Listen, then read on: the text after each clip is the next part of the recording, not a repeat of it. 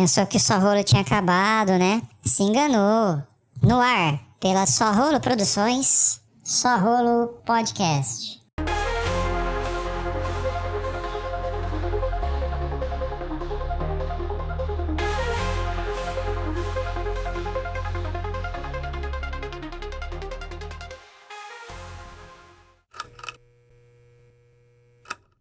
Então, bom dia, boa tarde, boa noite, galerinha. Hoje o episódio é de entrevista e vai ser uma entrevista alongada. Entrevista dupla em 2 partes. Isso. A gente trouxe 2 pessoas que são muito queridas.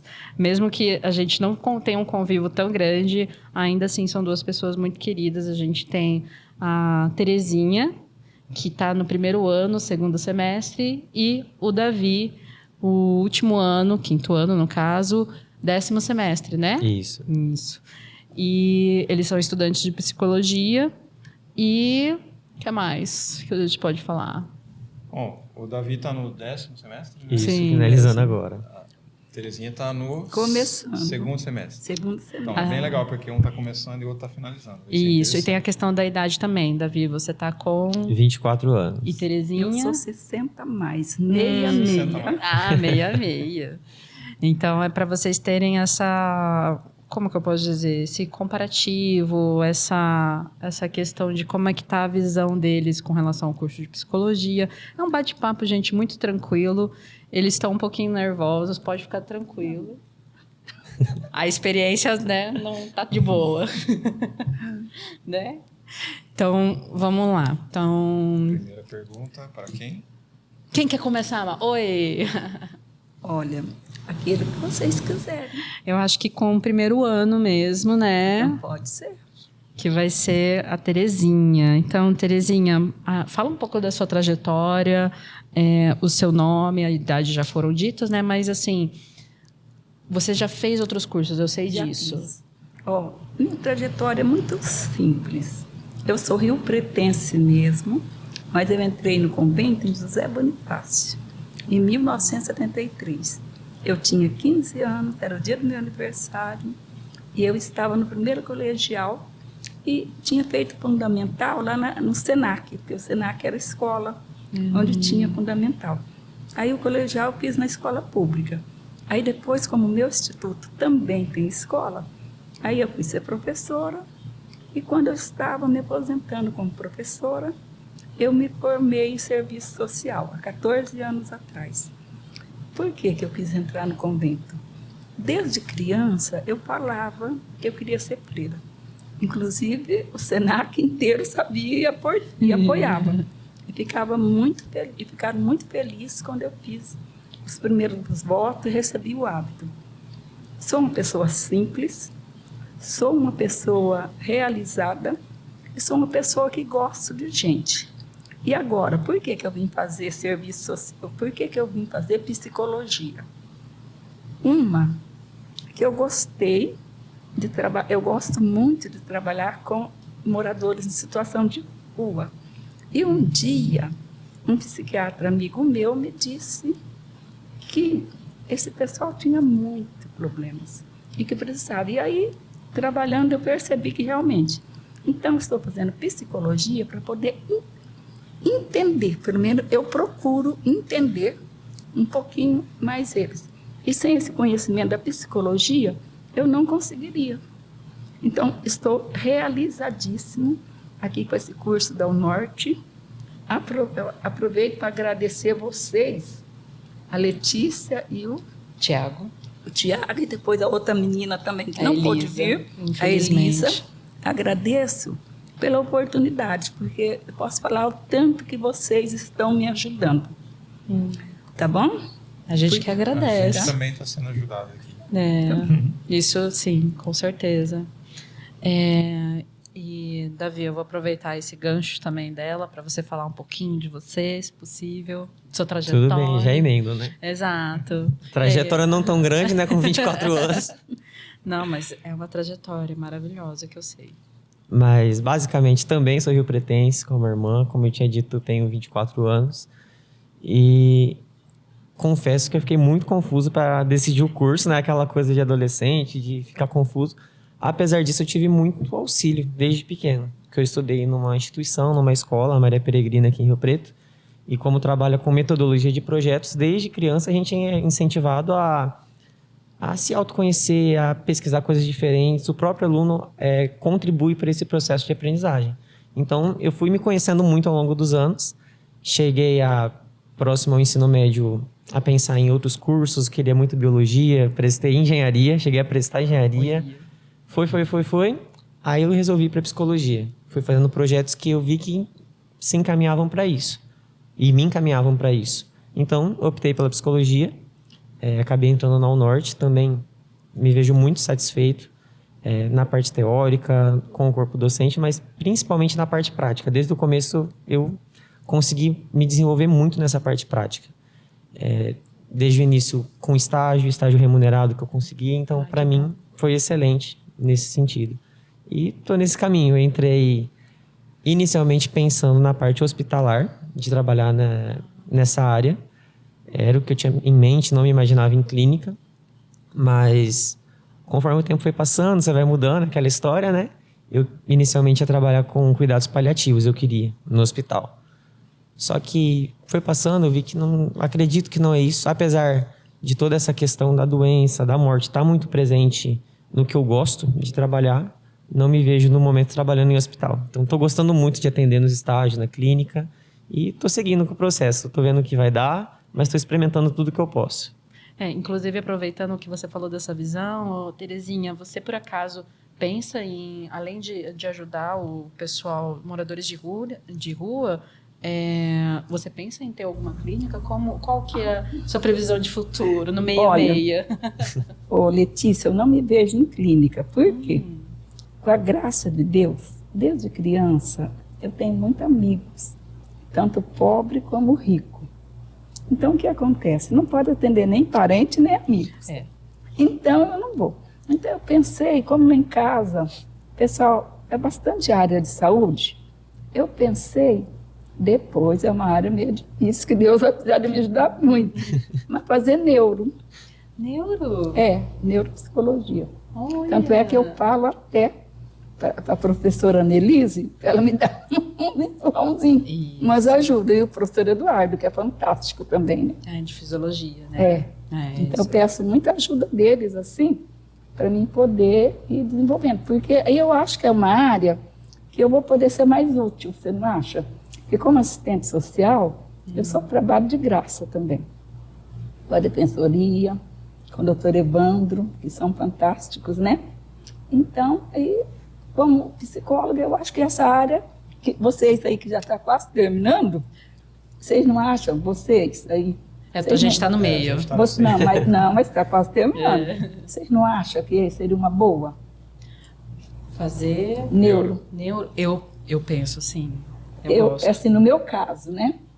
Também. No meu caso, porque...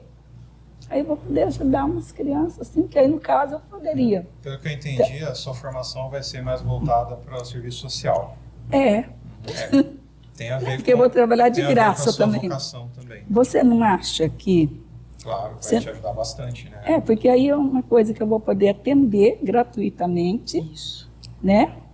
Então, por isso que... É um serviço necessário. Tá, e então, você está se propondo a seguir com isso. Que Deus me dê vida, que Deus me dê saúde, né? Eu vou terminar, quando eu estiver no estágio do Davi, eu vou estar com 70 anos. Olha que lindo. Ai, que gostoso. O professor Marcos fala assim que vai fazer uma festa. Nossa, e a gente vai estar junto, hein? A gente vai estar indo lá. E o último ano eu não irei pagar. É mesmo, porque aqui na faculdade tem essa questão de 70 a mais. Acho que 60 a mais. 60 a mais. Aí, por exemplo, eu ganho 70% de desconto. 70% de e 70 anos eu já não pago. Já não paga, exatamente. É um projeto da faculdade para incentivar mais pessoas. Vou trazer minha mãe para cá, então. Isso, então, eu fiquei tão maravilhada que quem fez esse projeto é uma professora de direito daqui, a Patrícia, que senta na minha frente. Ela também está fazendo? Está fazendo psicologia, ela senta na minha frente. Ela que é autora do projeto. E, gente, é isso que aproveitando, né, nessa coincidência, também tem outra coincidência. A gente trouxe ambos porque eles são dessa área mais religiosa. A religião está muito conectada na vida de vocês, né? E sem querer querendo, não sabendo, eles se conheciam já, porque são da mesma paróquia. Do mesmo, ou já Isso. tiveram, né, no mesmo... Basicamente, eu não tinha uma lembrança muito grande da irmã quando eu entrei, porque ela teve muito contato com a minha família, com a minha mãe, minha tia, meu tio. Aí minha mãe me lembrou, eu conversei com a irmã, eu fui lembrando também. Mas sim, a gente tem contato às vezes. Na missa. A gente vai na missa, na mesma De paróquia. quarta-feira. Então a gente tem esse contato desde que eu era criança, né? Que a irmã já era freira quando eu era criança. Eu tenho 50 anos de convento. né, 24, 66, então, né, dá pra Sim. fazer as continhas aí. Mas foi muito engraçado, porque a gente não sabia dessa coincidência. O que a gente trouxe o Davi, porque além dele estar no último ano, ele é irmão de uma colega nossa de sala. E a Terezinha, famosa, né, que vem sempre com a vestimenta. Inclusive, a vestimenta, ela é... É assim, isso aqui chama hábito. Quando nós fomos quando eu entrei no convento, o convento começou comigo e mais 3 que estão lá. Então, meu fundador era italiano. Inclusive, ele está até com processo de beatificação. Olha. O coração dele está intacto. Foi aquele também que passou no Fantástico. Aí procurou saber o porquê, a Unicamp examinou tudo com os advogados do Vaticano, os médicos do Vaticano. Não tem uma explicação. Então, nós pensamos assim, o hábito, Letícia, é uma coisa muito prática, porque freira faz voto de castidade, pobreza e obediência. Você já imaginou se todos os dias eu tivesse que vir comprar uma roupa diferente para vir para a faculdade? Já pensou? Então, onde ficaria meu voto de pobreza? Exato. Então, ajuda bem, porque não tem só um não, viu, gente? Sim, não tem Tem bastante. Só que é tudo igual, então quer dizer, você vai na festa de casamento, você está com hábito. Você vai ser madrinha do batizado, você está com hábito. Então é uma maneira também de viver o voto de pobreza, tá? Olha só, que legal. Tá por isso, tá? Obrigada. É prático também. Eu já fui adepto desse negócio aí, de não ficar trocando. Tem várias coisas iguais. O Steve Jobs, ele também, para poder ajudar nessa questão, inclusive neural, para não atarefar muito o nosso... Lobo frontal? Isso, obrigada. Ele só tinha blusas pretas e calças também, acho que pretas, ou jeans, enfim. Então, e aí era só isso, era só peças iguais. Porque ajuda nessa questão também de guardar informações. O nosso muda um pouquinho o tom. Por quê? Porque aí a pessoa quer dar um presente. Aí compra um tecido. Então, mais claro ou mais escuro, não importa. Que legal. Tá bom? Tá aceitando, viu, gente? Eu recebi dicas Não. na blogueirinha. Não tô, viu, gente? Eu tô brincando. Tá. Uma coisa interessante, gente, o Thiago, ele tava na dúvida. Será que a gente não tem que pedir permissão, né, pra paróquia, não sei, alguma coisa, sim, né? Apresentar as perguntas antes. Isso, Né? exato. Mas aí a Terezinha falou que não, né? Olha, Pelo menos explica um o pouquinho. seguinte, Tiago. Quando a gente entra no convento, então a gente é postulante. Como nós éramos as primeiras, então só tinha os padres italianos, inclusive o irmão do Monsenhor Anjo, que era bispo lá de Pavia, perto de Milão. Aí as freiras do Colégio Santo André iam lá nos dar formação. Então, aí depois você fica 1 ano como postulante, depois você fica 2 anos como noviça, aí nesse período você tem que pedir autorização para tudo. E naquela época o convento era muito rígido. Não era bonzinho como é hoje, não. Entendi. Era muito, muito, muito rígido. Então, naquela época, assim, agora eu já não sou mais noviça. Agora eu já sou veíça. Então, tá? É uma boa, adorei. Tem que ser dona dos seus atos, né? E ser responsável pelas suas coisas. É para propagar justamente os seus votos, né? Fazer o seu caminho. Então, né? Então, agora a gente tem que, né, ser bem responsável.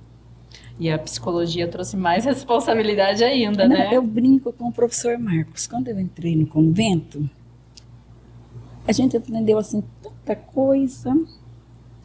E agora, na psicologia, a gente revive tudo aquilo. E eu vim, assim, graças a Deus, de uma família que não é rica, mas muito bem constituída. pai, mãe, irmãos. Nasci, já tinha 3 sobrinhos. Então, quer dizer, fui super querida. Nunca mimada, porque nunca gostei de mimo. E aí, minha mãe nunca trabalhou fora, mas eu cresci com ela falando assim, eu nunca pensei que eu fosse ter uma velhice tão boa. Ela tinha 44 anos, meu pai 46, quando eu nasci. Velhice. E só que tem uma coisa, hoje eu faço as palavras da minha mãe. Eu nunca pensei que eu fosse ter uma velhice tão boa. Por quê? Porque o norte está me recordando tudo daquilo de quando eu entrei no convento aos 15 anos. Nossa, eu estou assim, gente, eu estou muito feliz, mas muito feliz mesmo, vocês entenderam? E não sei se você, Letícia, que vai mais lá, nossa sala tem a avó aqui, tem o Antônio, que é o avô, e tem as tias, e tem todos os netinhos. Os sobrinhos, netinhos. Tudo novinho. Sabe, são novinhos. Eu até falo para eles assim, olha, gente, aproveitam, porque a oportunidade que está tendo com o curso de psicologia é coisa que muita gente não aprende em casa. Exato. São valores, sabia? Eu que já estou nesta idade, eu vejo valores que esse curso da UNORTE passa. Que é diferente, inclusive, dos outros cursos. A gente tem contato pessoal que consegue ter mais contato, vê essa diferença. Mas cada universidade tem o seu perfil. Tem. E aí tem os alunos também que têm um perfil. E cada um vai para onde se sente melhor. Aqui na UNORTE eu falo que eles têm muito essa visão humanista. Tem, e tanto é que não pode citar. Mas nossos padres vão tudo numa outra. Até ainda perguntaram, não, Terezinha, por que você não foi? Eu brinquei assim, para ficar longe de vocês. Eu brinquei, para ficar longe de vocês, eu brinquei, né? Mas olha, eu estou realizada. Aí um dos nossos padres pegou, eu tinha prova do professor Eduardo, 21 questões, aquele monte de coisa, fisiologia. Sim. Aí eu tinha que ir para José Bonifácio, que era aniversário de morte do nosso fundador. Fiquei, agora dia 15 de setembro. Olha. Aí peguei e levei. Ele ficou bobo de ver o material que eu estava estudando aqui. Ele está no 4º ano. Tem uma certa diferença sobre a maneira dos professores trazerem mais informações também. Letícia, mas não é dessa que eu falo, que eu nunca pensei que eu fosse ter uma velhice tão boa. Até nisso eu agradeço a Deus, porque desde criança eu sou uma pessoa muito agraciada por Deus. Então, você vê, até agora, Deus também me ajudou. Que eu não queria ir nessa outra, né? Porque sabia que todos meus colegas estavam lá. Aí fui numa outra. Aí o Gilmar, é da pastoral do povo de rua com a gente, ele é do administrativo. Quando eu comentei com ele que eu ia, ele falou, o quê? A senhora vai na concorrente? Aí eu nem sabia desse projeto de 60 mais. Lá eu iria pagar integral. Então você vê como Deus me ama. Então só tem que agradecer a Deus, você sabia? Olha só, a gente tem nossa garota propaganda, né? A Elila não tá aqui, ela que faz o merchan da faculdade. Agora é você que tá fazendo. A gente tá adorando também, pode continuar. Não, sabe? Eu agradeço a Deus mesmo. Sim. E sem contar que quando eu terminei o colegial, então, aí o meu fundador queria que eu fizesse também o magistério. Aí fiz o 3º e o 4º, que eu já tinha terminado o colegial. O Santo André tinha parado o magistério. Eu fiz o Monsenhor Gonçalves. Aí eu fui aluna da Maridir Sodero, que é mãe da professora Heloísa. Nossa Senhora, a Elo é nossa coordenadora, meu Deus. E já aposentei como professora e fui aluna. O magistério é a antiga pedagogia, né? Eu fiz o 3º, que dá de 10 a 0, né? Não. Nem compara. Tem a maneira como os cursos se desenvolveram ao longo do tempo é um pouco diferente. Aqui no Brasil existe essa questão alguns pesquisadores, né, falam do apagão de professores, né? No futuro, se não houver alguma coisa que agora incentive mais, futuramente, daqui a uns 30, 40 anos, a gente pode ficar com poucos professores na área. Mas não alfabetizam mais ninguém, infelizmente, né? E a tecnologia ela é muito recente agora, a gente está conseguindo aprender um pouquinho melhor sobre como lidar, né, a tecnologia com as crianças e com os adolescentes também. Olha, Inclusive, a questão de ter rede social, de TikTok, até Gmail, gente, até e-mail, é só a partir dos 13 anos, porque já saiu da terceira infância. Então, mas mesmo assim, a gente tem aí pais e, enfim, galera que acaba deixando desde as que crianças. é que vocês não andam de ônibus. Aí vocês vão perguntar por que eu não dirijo mais. Eu fiz 18 anos, aí já meus fundadores fizeram questão de tirar-se carteira de habilitação. Tirei. Aí em 1985 nós pegamos a paróquia Nossa Senhora de Fátima no fundo da Unesp. Tudo para fazer.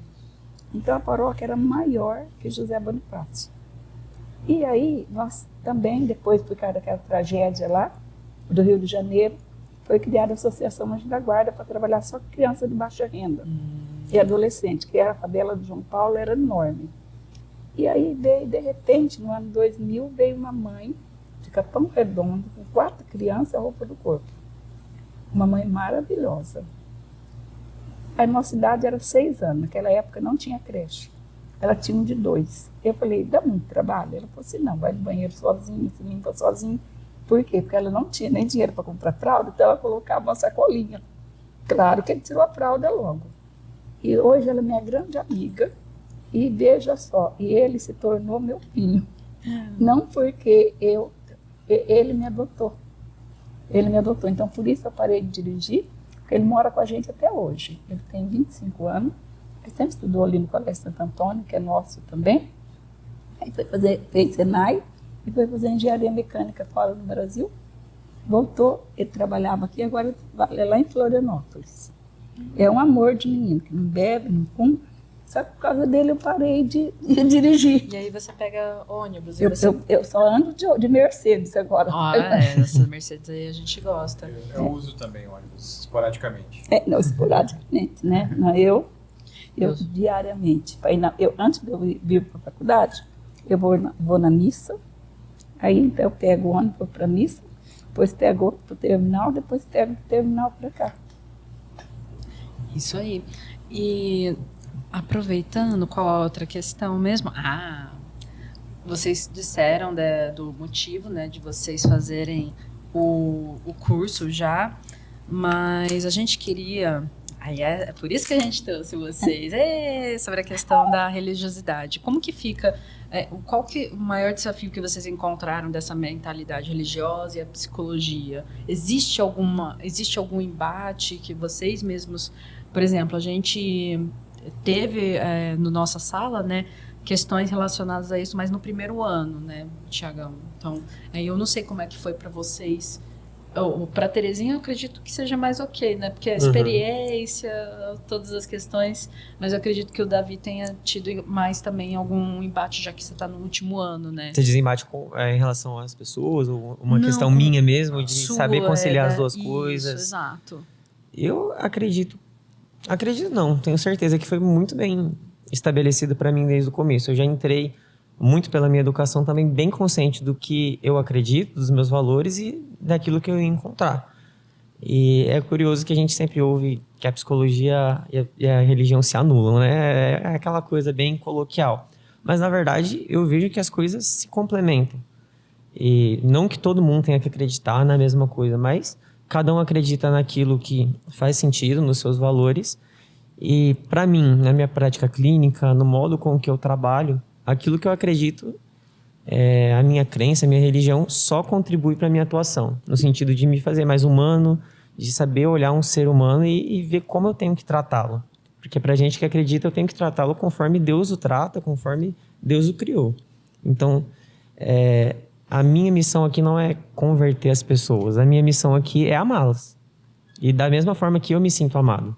Então, para mim, a religião e a psicologia nunca houve um conflito, mas uma complementariedade. Sempre complementou uma coisa com a outra.